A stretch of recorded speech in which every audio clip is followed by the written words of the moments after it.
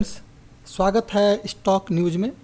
ICIC bank की तरफ से एक बड़ा अनाउंसमेंट किया गया है और इसने और स्टॉक एक्सचेंज को लेटर जारी करके बताया है कि 5% हिस्सेदारी जो है इसने नारकेल में ख़रीदारी की है। अब इस पे आज हम चर्चा करेंगे और जानने की कोशिश करेंगे कि नारकेल क्या है और किस तरह का ये एग्रीमेंट हुआ है और आने वाला जो ट्रेडिंग सेशन है वो कैसा रह सकता है इस बैंक के लिए, इस पर भी हम जानने की कोशिश करेंगे। इससे पहले अगर आप मेरे चैनल पे पहली बार आए हुए हैं तो सब्सक्राइब कर लें ताकि आपको इसी तरह के लेटेस्ट इन्फॉर्मेशन जो है मिलता रहे। देखिए न्यूज़ आपके सामने है और न्यूज़ में ये बताया गया है कि ये जो कॉन्ट्रैक्ट हुआ है वो लगभग 137 करोड़ में हुआ है और 137 करोड़ रुपए में 5% जो है हिस्सेदारी खरीदी गई है। देखिए न्यूज़ इसमें यह है कि आईसीआईसी बैंक ने जो है शुक्रवार को स्टॉक एक्सचेंज को लेटर भेजा और उसमें उसने बताया है कि नेशनल एसेट रिकंस्ट्रक्शन कंपनी जो है यानी कि नारकेल में वो निवेश करने जा रहा है और 5% जो है इसमें इक्विटी यानी 5% जो है वो शेयर खरीदेगा और इसका जो प्राइस होगा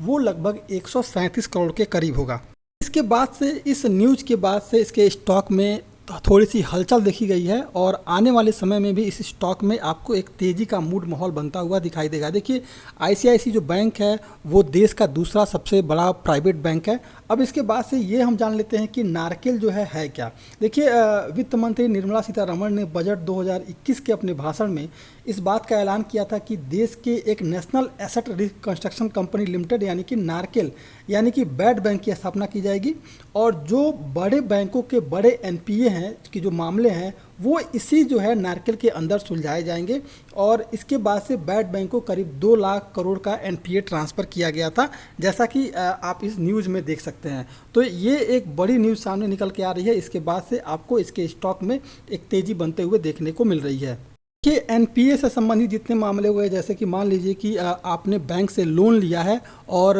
आप डिफ़ाल्टर हो गए तो वो जो पैसा है उसको जो है इस नारकेल के अंडर ट्रांसफ़र किया जाएगा। आपका जो बैड लोन है वो एनपीए का जो पैसा है वो ट्रांसफ़र हो जाएगा नारकेल में और उसके ज़रिए इस मामले को सुलझाने की कोशिश की जाएगी और ये जो है सेंट्रल गवर्नमेंट लेवल पर इसकी स्थापना हुई है। तो देखिए अगर ये सेंट्रल गवर्नमेंट के किसी भी ऑर्गेनाइजेशन में अगर आईसीआईसी बैंक या कोई भी प्राइवेट सेक्टर का अगर निवेश करता है तो फिर जो है आपको इसके स्टॉक में एक तेज़ी का मूड माहौल देखने को मिल सकता है। नेक्स्ट ट्रेडिंग सेशन की अगर बात करें इस स्टॉक के लेकर के तो अभी जो है इस स्टॉक में लगभग 1,81,00,000 ट्रेडिंग ऑफ क्वांटिटी है और इस समय तक हमारे पास अभी किसी तरह का कोई चार्ट नहीं है क्योंकि अभी जो है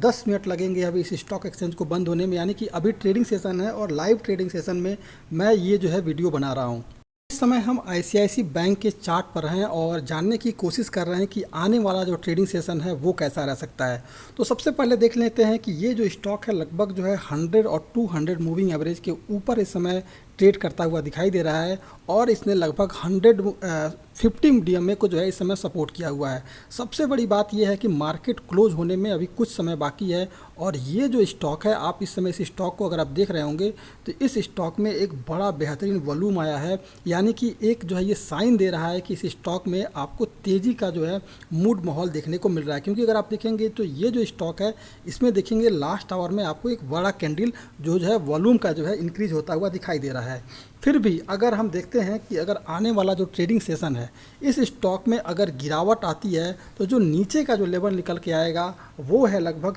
670 रुपये का, यानी जो पहला इसका सपोर्ट निकल के आएगा नीचे की तरफ का वो जो है आपका 670 रुपये का होगा। के बावजूद भी अगर इस स्टॉक में गिरावट आती है तो जो नीचे का लेवल निकल के आएगा वो लगभग 656 रुपये के करीब आएगा, यानी दो लेवल को ध्यान रखिएगा, 656 और दूसरा होगा 665 रुपये के करीब। क्योंकि अगर आप देख रहे होंगे कि 656 रुपये के करीब जो स्टॉक जो है लगभग कई बार आया है और यहीं से इस स्टॉक में लगातार आपको गिरावट देखने को मिल रही है। लेकिन अगर इस स्टॉक में अगर नेगेटिव मोमेंटम के साथ आया और इस स्टॉक में गिरावट आई तो जो नीचे का जो लेवल निकल के आएगा वो जो है 656 रुपये के करीब होगा और इसके बाद से आपको इस स्टॉक में एक तेज़ी का माहौल देखने को मिल सकता है।